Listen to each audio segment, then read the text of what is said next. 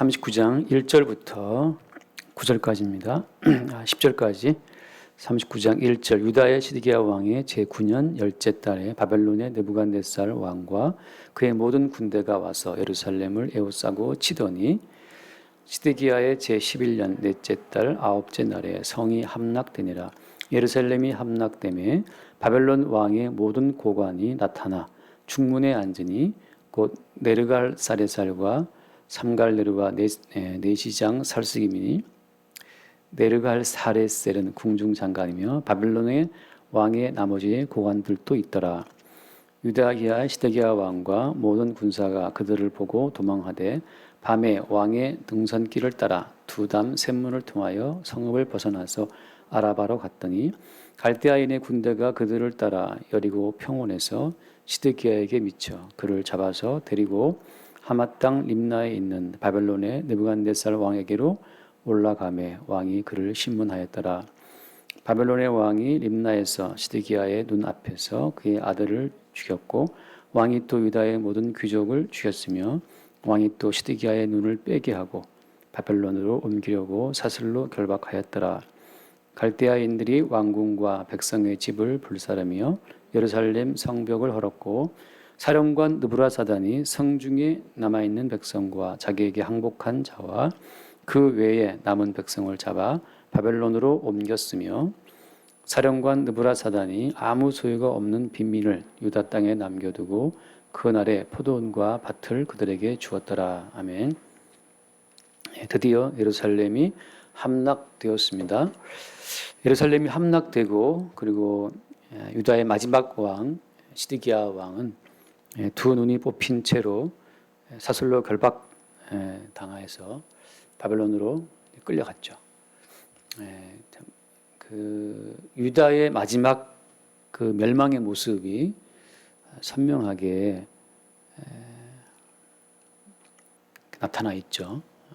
시드기야 왕의 아들들을 다 죽이고 그 시드기야 왕의 두 눈을 빼서 사슬로 결박해서 끌고 갔다.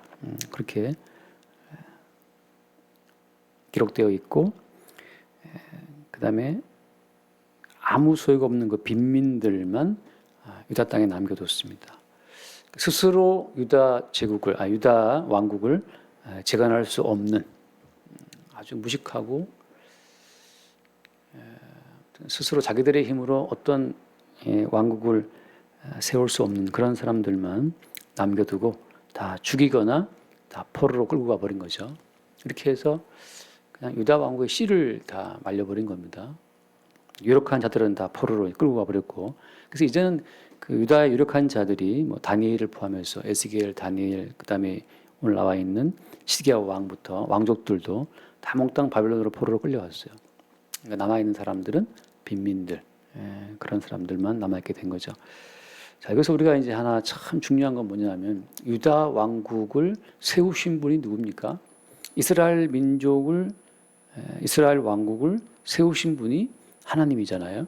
하나님이 이스라엘 왕국을 세우셨는데 하나님이 이스라엘 왕국을 쪼개서 북이스라엘과 남유다로 쪼개셨고 이제 북이스라엘을 아수르 왕국의 제국에 의해서 멸망당하도록 하신 분도 하나님이시고 마지막에 이제 유다 왕국도 하나님이 여러 번 반복적인 예언을 통해서 이제 유다 왕국은 바벨론에 의해서 멸망을 당한다는 사실을 계속 예레미야를 통해서 증거하신 이후에 드디어 오늘 예레미야의 예언대로 예루살렘 성이 함락되고 불태워지고 다 포로로 끌려가게 됐던 사건 자체가 나와 있는 겁니다. 중요한 건 뭐냐? 이 모든 일을 허락하신 분이 하나님이라고 하는 거죠. 하나님이 이스라엘 왕국을 세우시고 하나님이 이스라엘 왕국을 망하게 했다는 사실을 우리가 볼 수 있습니다. 이것은 작은 하나의 예지만 하나님께서 모든 만물을 창조하셨는데 모든 만물을 창조하신 그분이 또한 모든 만물을 불태워 버리시겠다라고 예언하고 있죠. 마치 예레미야 선지자가 반복적으로 유다 왕국의 멸망을 예언했던 것처럼 성경은 어때요? 반복적으로 이 모든 세상 자체가 노아 때에는 물로 심판을 당한 것처럼 마지막 때에는 불로 심판을 당한다라고 예언하고 있습니다. 그러니까 이 세상 자체가 망한다라고 하는 것은 확정되어 있는 거죠. 대한민국은 영원합니까? 대한민국도 언제 망할지 모르죠. 통일신라, 뭐 흔히 말하는 1000년, 고려시대 뭐 500년, 조선시대 500년 다 망했던 것처럼 대한민국도 언젠가 망하겠죠. 근데 중요한 건 뭡니까? 이 땅에 수없이 많은 나라가 서고 망한다 하더라도 마지막에는 온 땅이 다 하나님의 말씀에 의해서 동일한 말씀으로 불사르기 위해서 간수하신 바 되었다라고 하시는 말씀처럼 베드로후서에 있는 말씀이잖아요. 하나님이 동일한 말씀으로 이 세상을 불태우기 위해서 불질러 버리기 위해서 지금 간수하시고 있는 겁니다. 하나님이 모든 이 지구를 우주 만물을 하나님이 보호하시는 것은 간수하고 계시는 것은 뭐 하려고? 언젠가 불태우기 위해서. 저 어릴 때 산에 가서 나무를 많이 해왔는데 그 나무를 톱질에 나무를 잘라 도끼로 나무를 패서 쪼개가지고 다 나무를 이렇게 쌓아둬요. 장작을 쌓아두면 이제 겨우 내내 아궁에다가 그거를 이제 불태운단 말이죠. 그러니까 그 나무를 톱으로 잘라서 도끼로 다 쪼개가지고서 차곡차곡 장작을 쌓아둔 이유는 뭐 때문이겠어요? 겨울에 불사르기 위해서 이렇게 다 간수하는 것처럼 이 모든 세상이 질서 있게 대한민국 대통령 뭐 선거, 국회의원 선거, 상권 분립, 민주주의 가치 어쩌고 뭐 이 모든 것이 질서 있게 지금 딱딱 이렇게 간수가 되고 있는 것은 마지막 때 하나님께서 불사르는 그때를 위해서 지금 질서 있게 다 보관되고 있는 겁니다. 이렇게 모든 나라가 질서 있게 움직이고 있기 때문에 영원할 것이다. 그 큰 착각인 거죠. 하나님께서 아직은 때가 아니야.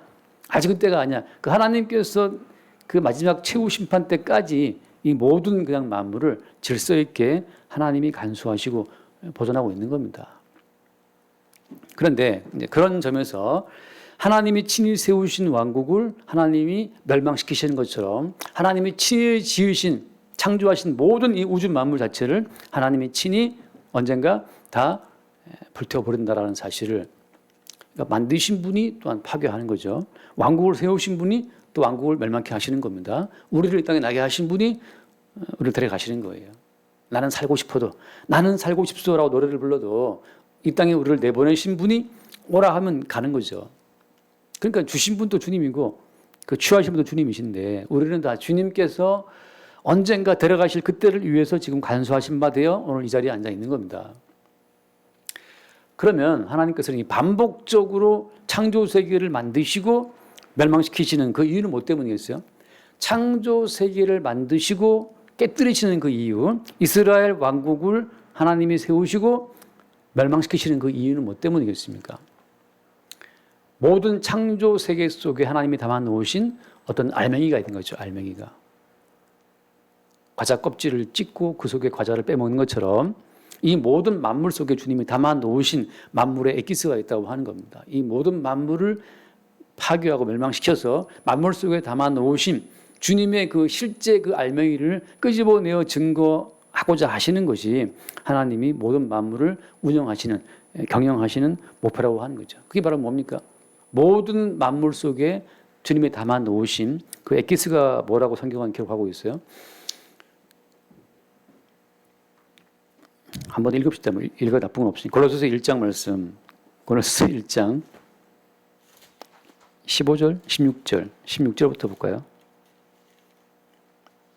1장 16절. 만물이 그에게서 창조되되 하늘과 땅에서 보이는 것들과 보이지 않는 것들과 혹은 왕권들이나 주권들이나 통치자들이나 권세들이나 만물이 다 그로 말미암고 그를 위하여 창조되었고 모든 만물이 보이는 것들과 보이지 않는 것들, 그렇죠? 천사들과 뭐 귀신과 마귀와 다 마찬가지입니다. 그러니까 보이지 않는 그 마귀까지도 그로 말미암고 그를 위하여 창조되었고라고 하잖아요. 이 그가 누굽니까? 그가 그리스도 예수를 말하는 건데 그리스도 예수로 말미암아서 다시 말하면 그리스도 예수님 때문에 모든 만물이 존재한다는 거예요. 심지어 뭐까지도 보이지 않는 것들까지도. 귀신들은 왜 있는 겁니까? 우리는 물어보죠. 모기는 왜 있는 거냐? 여러분 한 해에 모기 때문에 얼마나 많은 사람이 죽는 줄 알고 있죠. 모기 때문에 얼마나 많은 사람이 죽습니까? 수치는 까먹었지만 그 하나님이 왜 모기를 지었습니까? 라고 우리는 항변할 수 있지만 그리스도 예수 때문에 모기를 만들어 놓으신 거예요. 그 다음에 그리스도 예수를 위하여 그 모든 만물이 창조가 되었기 때문에 이 모든 만물을 이렇게 한 번씩 주님께서 이거를 파괴하실 때마다 모든 만물을 찌를 때마다 그 속에서 그리스도 예수가 나타나는 겁니다. 소돔과 고모라를 주님이 불태우실 때, 그 소돔 성과 고모라 성을 불태우실 그때 뭐가 증거되는 거예요? 그리스도 예수로 말미암아 만들어진 소돔 성이 그리스도 예수로 말미암아 파괴되는 것이고, 그리스도 예수로 말미암아 세워진 그 고모라 성이 그리스도 예수를 위하여서 망가지는 거죠. 마찬가지로 오늘 말씀에도 마지막 유다 왕국은 왜 무너지는 것이냐? 유다 왕국이 찢어져야, 유다 왕국이 무너져야 거기에서 그리스도 예수라고 하는 언약의 주님이 나타날 수 있다고 하는 거죠. 그리스도 예수님을 나타내기 위한 장치들이었다고 하는 거예요. 유다 왕국도 그 모양이라면 우리 각 개인은 어때요? 우리 개인도 마찬가지입니다. 우리는 왜 이 땅에 태어났는가라고 물어본다면 그로 말미암아 그리스도 예수님 때문에 태어난 거예요. 저는 그를 위하여, 그리스도 예수를 위하여 이 땅에 태어났다고 하는 거죠. 그래서 모든 만물 자체는 그리스도를 나타내고 증거하기 위한 하나의 모형으로, 하나의 그림자로 이 땅에 존재하다가 사라진다고 하는 거죠. 잠깐 말씀 하나 더 봅시다. 지금 잠깐 말씀 볼게요. 지금 이 에레미야서에서 유다의 마지막 왕 시드기야 왕이 비참하게 끌려가는 것을 우리가 본단 말이죠. 그러면 유다 왕국의 멸망도 물론 그리스도 예수로 말미암고 그리스도 예수를 위하여 비롯된 일이고, 시드기야 왕도 마찬가지죠. 시드기야 왕도 마찬가지로 시드기야 왕의 이 비참한 최후를 통해서 주님께서는 주님을 증거한다고 하는 겁니다. 자, 말씀 사무엘상 8장을 잠깐 볼게요. 사무엘상 8장. 사무엘상 8장을 보면 이스라엘 백성들이 왕을 요구하는 어떤 순간이 있어요. 사무엘상 8장 6절. 이미 왕을 요구하는 그 처음부터 뭔가 잘못된 겁니다. 8장 6절에 자, 이스라엘 백성들 장로들이 나와서 지금 사무엘에게 요구하는 거예요. 백성의 대표가 되는 장로들이 라마에 있을 때 사무엘에게 나와서 요구하는 내용입니다. 6절 우리에게 왕을 주어 우리를 다스리게 하라 했을 때 사무엘이 그것을 기뻐하지 아니하여 여호와께 기도하며, 자, 장로들이 왕을 달라 우리에게도 하고 사무엘 선지자한테 요구한 겁니다. 그걸 듣고 사무엘이 참 기분이 안 좋았어요. 7절 여호와께서 사무엘에게 이르시되 백성이 네게 한 말을 다 들으라. 이는 그들이 너를 버림이 아니요 나를 버려 자기들의 왕이 되지 못하게 함이니라.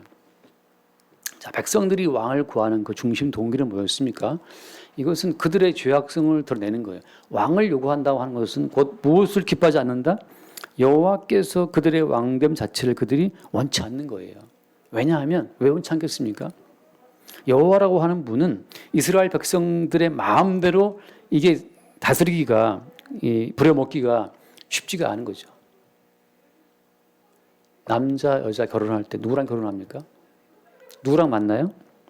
좀 만만한 사람하고 만나야 이게 결혼이 괜찮거든요. 근데 너무 어려운 사람 만나면 시다바리가 힘들기 때문에 그거 힘들어요. 만만한 사람, 저 정도 인간이면 내가 좀 부를 수 있겠다 싶은 사람하고 결혼하는 거죠. 이스라엘 백성들이 왕을 구하는 이유는 여론을 앞세워서 왕을 압박할 수도 있고, 그래서 좀 백성들의 말을 들을 수도 있고, 그 뭔가 왕과 함께 이렇게 딜을 할 수 있는 그런 존재를 요구하는 건데, 여호와 하나님은 보이지도 않는데 계명을 어기면 즉각적으로 막 심판을 하고 죽여버리시는 그 무시무시한 분이기 때문에 뭔가 여호와 하나님 비위 맞추기가 쉽지가 않은 거예요. 가인이 제물을 가지고 여호와께 나갔으면 그 하나님께서 가인이 드린 제물을 넙죽 참 받으면서 기뻐하면 좋겠는데, 아니 무슨 놈의 신부가 제물을 정성을 바쳐도 안 받는단 말이죠. 뭔가 좀 까다롭다 이 말이죠. 왜 그러시지 주님이? 내가 정성을 보이면 받아야지. 기브 앤 테이크인데 내가 뭔가 주께 드린 것만큼 받아주면 좋겠는데 하나님이 우리가 드리는 걸 안 받기 때문에 하나님의 기준을 맞춰 드리기가 쉽지가 않아요. 차라리 이방인들처럼 눈에 보이는 왕이 있으면 조금 낫겠다. 도대체 알다가도 모를 여호와 하나님의 비유 맞추기가 영 어렵단 말이죠. 그래서 그들은 보이지 않는 여호와보다도 보이는 왕을 더 원했던 거죠.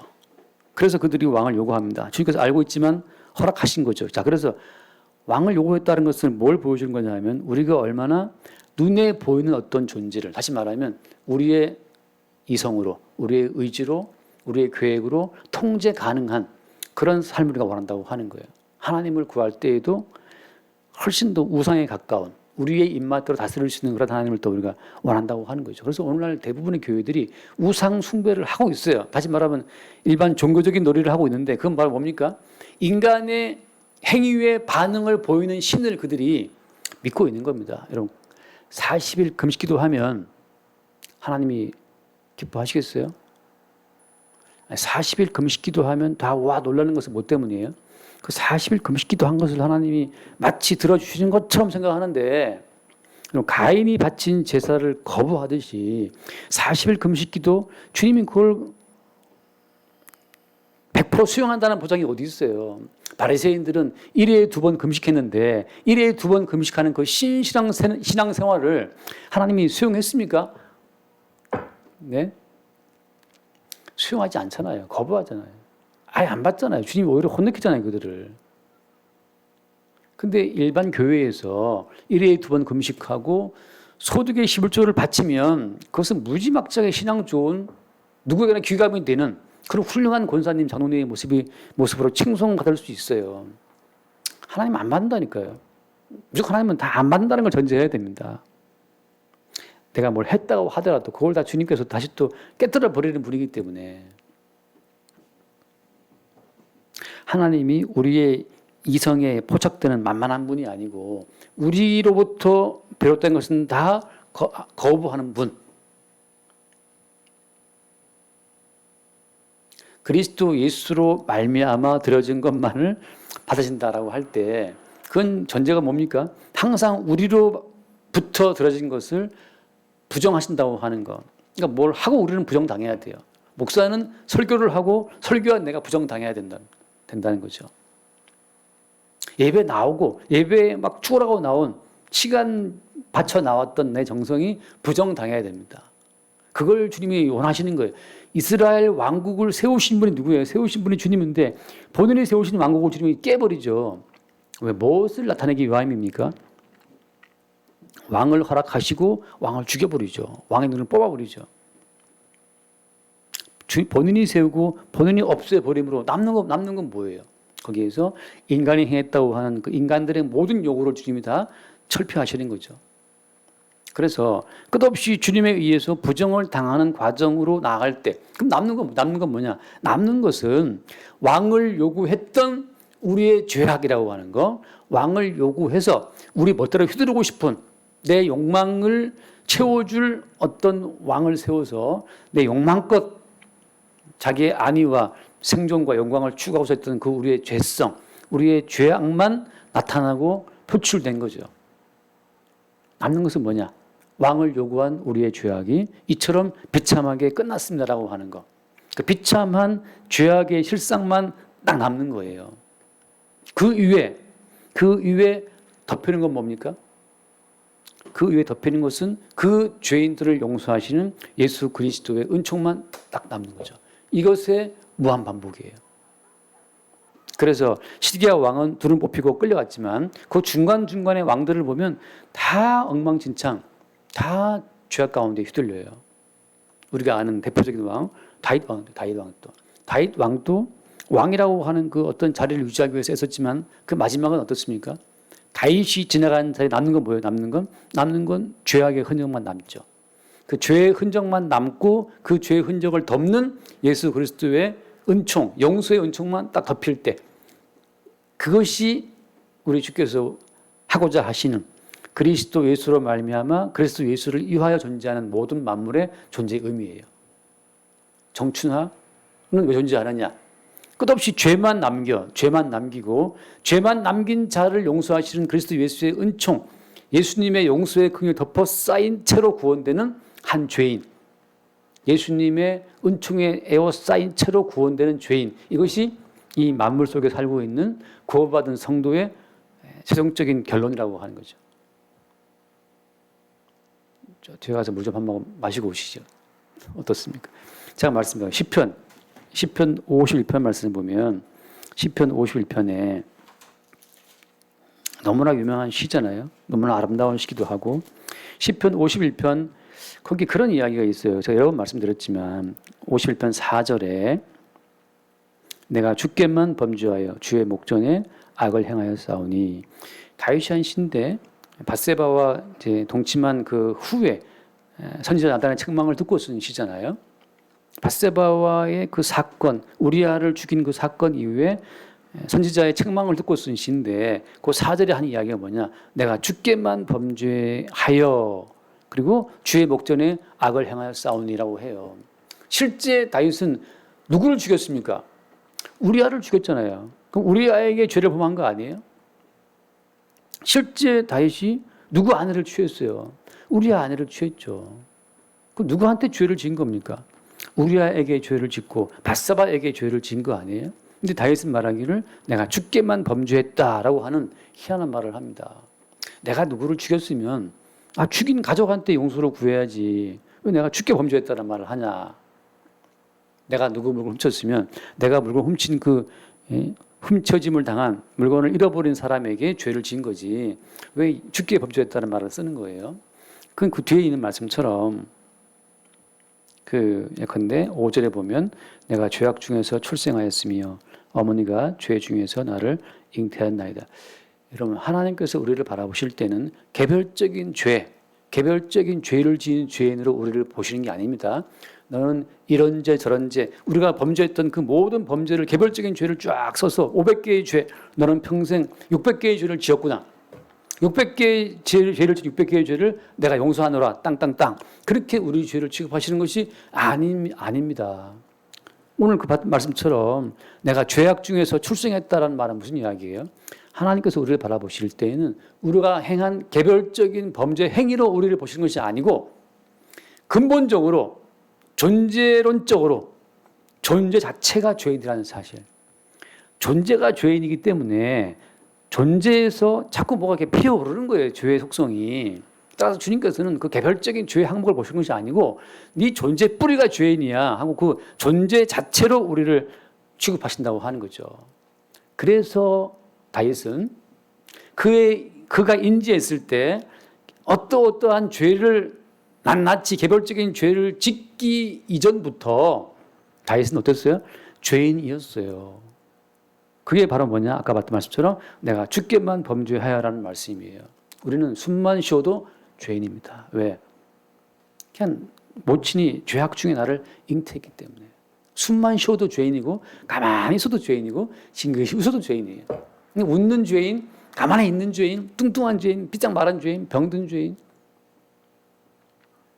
뭘 해서가 아니란 사실을 자꾸 우리는 개별적인 행위를 통해서 하나님 앞에 의로운 사람 되려고 이렇게 애쓰는데 바리새인들처럼 율법을 지키는 개별적인 어떤 그런 행함을 통해서 하나님이 우리를 계산하시는 게 아닌 거예요. 왕을 요구했다 나쁜 놈들. 그게 아니에요. 니들이 죄인이기 때문에 왕을 요구한 겁니다.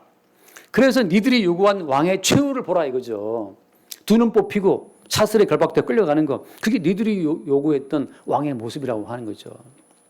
니들이 왕을 요구한 개별적인 죄를 내가 낱낱이 묻는 것이 아니고 니들의 존재가 죄인이기 때문에 존재로부터 끝없이 죄의 요소들이 튀어오르고 있다는 사실을 말씀하고 있는 겁니다. 그렇죠? 예, 그래서 저는 이 말씀을 보고 참 기분 좋은 게 뭐냐면 이래서 예수님이 우리의 죄를 개별적으로 용서하시는 게 아니라는 사실. 예수님께서는 본인의 존재가 육신을 입고 이 땅에 오셔서 본인의 존재로 고난을 받고 본인의 존재로 멸시와 오해를 받고 본인의 존재로 십자가 못 박혀 죽으신 거예요. 만약에 개별적인 항목으로 우리 죄를 사하신다 할 것 같으면 주님도 개별적인 상하는 것을 하시면 되지만 주님은 행함이 아니고 본인의 존재를 제물로 드리러 온 겁니다.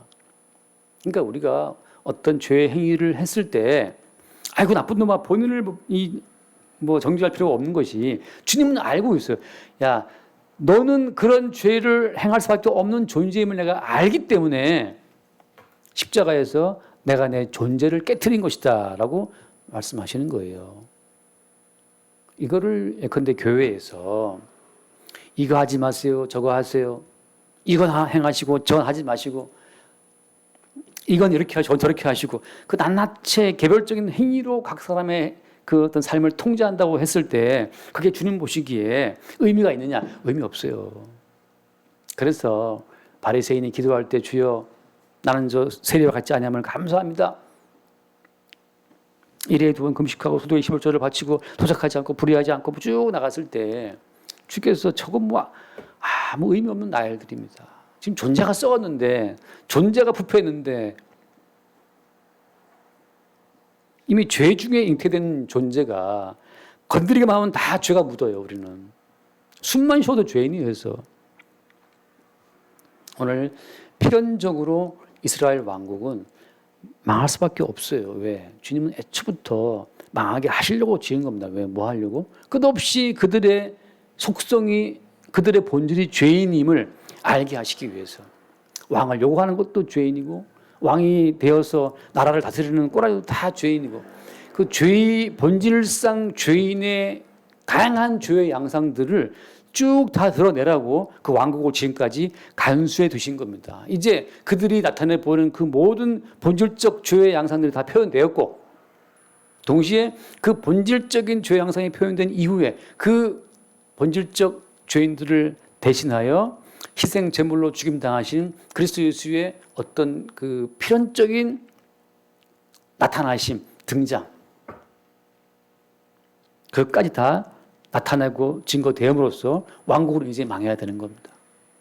이제 이스라엘 역사를 통해서 그리스도 예수께서 자기의 복음을 증거하실 모든 재료는, 모든 사건은 다 완료가 된 거예요. 이제 이스라엘 왕국의 전 역사를 통해 주님은 필요할 때마다 쏙쏙 빼가지고 이제 그리스도 예수를 증거하고 인간의 죄악성을 증거하는 그 모든 이 소스가 딱 준비되어 있는 겁니다. 요리를 할 때 주부들이 대파 같은 거 뭐 들고 오지 않습니까?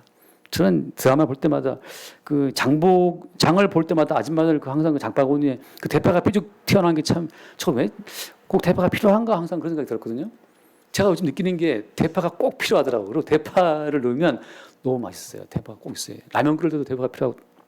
그래서 제가 요즘에 이해했어요. 아, 드라마 할 때마다 항상 주부들이 대파를 그 담아오는 이유가 주님께서 이스라엘 역사를 통해서 이제 모든 재료를 준비해 두신 거예요. 다윗이 어떠한 사람이었는지, 어떻게 본질상 죄인을 알았는지, 시드기야가 어떻게 두 눈 뽑히고 흘러가는지를 다 준비해 놓으시고 이제 필요할 때마다 그것을 끄집어서 자기의 복음을 증거하시기 위한 모든 재료를 다 구비하셨다고 하는 거죠. 말씀 하나 봅시다. 예를 들어서 요한복음 8장, 9장 말씀 보면 8장인가 9장인가 요한복음 9장입니다. 요한복음 9장 41절 말씀에 41절에 예수께서 이르시되 너희가 맹인이 되었더라면 죄가 없으려니와 본다고 하니 너희 죄가 그대로 있다. 여러분 차라리 우리는 시드기야 왕처럼 두 눈 뽑힌 채로 아무것도 모르는, 그렇게 예레미야 선지자가 예언했건만 이스라엘 예루살렘은 망한다. 노아가 그렇게 예언했지 않습니까? 하나님이 홍수로 심판하신다, 방주를 짓고 있다, 그렇게 예언했건만 사람들은 어디에 신경을 써요? 사람들은 먹고 마시고 사고 팔고 장가가고 거기에만 신경을 쓰고 있는 거. 그렇게 무수히 예언했건만 우리의 마지막도, 우리의 이제 개인적인 종말도 갑자기 다가옵니다. 예배할 때마다 제가 강조하는 말은 뭡니까? 나를 따라오든 자기를 부인하고 날마다 에브리데이, 데일리, 에브리데이 자기 십자가를 따라오라고 말씀하잖아요. 매일매일 주님은 우리의 존재를 못 박아 죽일 십자가를 가지고 오시는 거예요. 이렇게 살아라, 저렇게 살아라, 바르게 살아라, 그딴 말 하시는 게 아닙니다. 주님은 뭘 갖고 오시는 거예요? 십자가를 갖고 와서 죽자. 네 존재 자체가 이미 망가졌기에 내가 존재로 못 박힌 것이기 때문에 나와 함께 너의 그 중고 망가진 존재 나와 함께 죽자라고 주께서 십자가를 갖고 매 순간 매일매일 찾아오시는 겁니다. 그러니까 여러분 우리 존재에 대한 기대를 버리세요. 우리는 중고품에다가 심각한 고장을 안고 있는 존재이기 때문에 숨만 쉬어도 죄인이고 뭘 건드리는 순간 죄인이고 누구랑 말만 해도 죄인이고 그렇다는 거죠. 그러니까 우리가 너희가 맹인이 되었더라면 죄가 없다. 그 말씀은 성령께서 우리에게 오실 때마다 아 내가 맹인이었구나 는 사실을 매 순간 새롭게 본다고 하는 거죠. 그래서 우리가 이 성경 말씀을 대할 때마다 주께서 우리에게 말씀하시는 그 모든 말씀의 핵심은 뭐냐? 모든 것이 그냥 모형이고 모든 것이 십자가에 죽으신 예수를 증거하기 위한 하나의 요리 재료로만 다 준비되어 있는 겁니다. 말씀 몇 권 읽고 마치겠습니다. 그 예컨대 골로새서 2장 골로새서 아까 전에 봤던 1장 다 골로새 2장 14절 13절인가요? 13절 또 범죄와 육체의 무활자로 죽었던 너희를 하나님이 그와 함께 살리시고 우리의 모든 죄를 사하시고 여러분 범죄와 육체의 무활자로 죽었던 너희 그러니까 이미 우리는 죽은 자예요. 하나님 보시기에 죽었던 너희를 하나님이 그와 함께 살리시고 그리스도 예수와 함께 살리신 겁니다. 그래서 어때요? 존재 자체로 모든 죄를 사함받은 거예요. 그게 새로운 피조물이에요. 새로운 피조물은 개별적인 행위로 새로운 됨을 유지하는 것이 아니고 이미 존재 자체가 주와 함께 죽고 주와 함께 살아나는 새로운 피조물이기 때문에 정죄함이 없는 새로운 존재로 태어난 거예요. 그게 새로운 피조물이에요. 개별적인 행함은 이제 아무 의미가 없어요. 그래서 그 다음 말씀 14절 우리를 거스르고 불리하게 하는 법조문으로 쓴 증서를 지우시고 제하여 버리사 십자가에 못 박으시고 십자가 못 박히실 때 그때 이미 십자가의 죽음으로 말미암아서 더 이상 이제 개별적인 율법의 조문들이 우리를 고발하거나 우리를 고소할 수 없다는 거죠. 왜 이미 죽었으니까. 이미 죽은 자에게 죄를 묻지 않거든요. 죽은 자는 모든 죄를 물을 수가 없어요. 이미 죽어버렸기 때문에.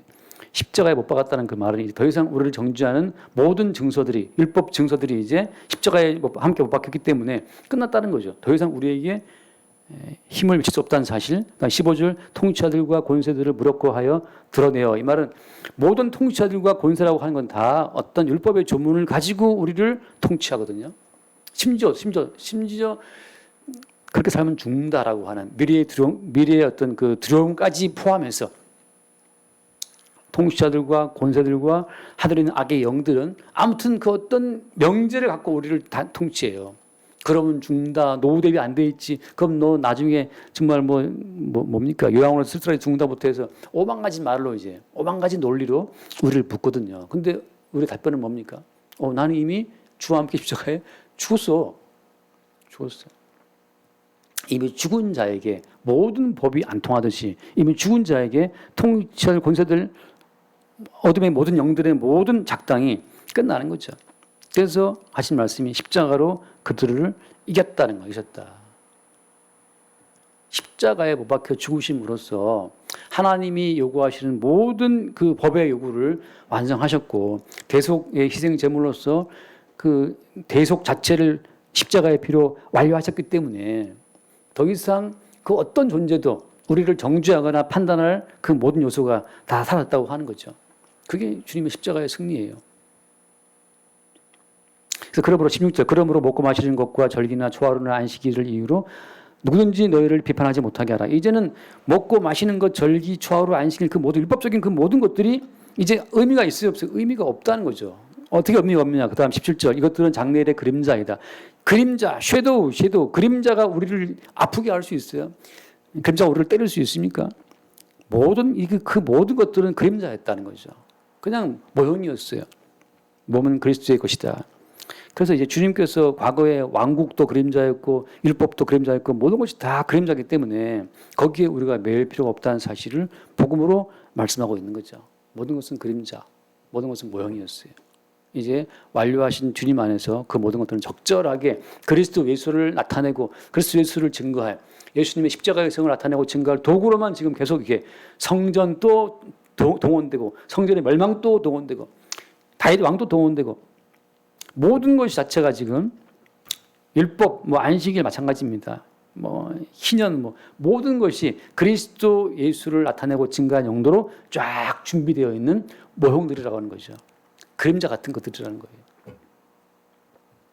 우리가 그림자에 겁먹고 아이고 놀라라 이렇게 할 수는 있지만 복음은 계속 말씀하고 있습니다. 그것은 그림자고 결코 너희들을 해칠 수 없다. 장래일이나 현재일이나 그 어떤 것도 그리스도 예수 안에 있는 하나님 사랑에서 끊을 수 없다라고 하는 영원한 사랑의 줄이 우리를 묶고 있다는 사실을 주님은 계속 말씀해 주고 있는 거죠. 그래서 오늘 드디어 유다 왕국이 망하고 시드기야 왕은 눈 뽑히고 끌려갔는데 이 사건조차도 우리는 죄인들의 마지막 최후의 모습과 그 죄인들을 대속하신 예수님을 나타내고 증거하는 사건으로 이 사건을 우리가 볼 수 있다고 하는 거죠.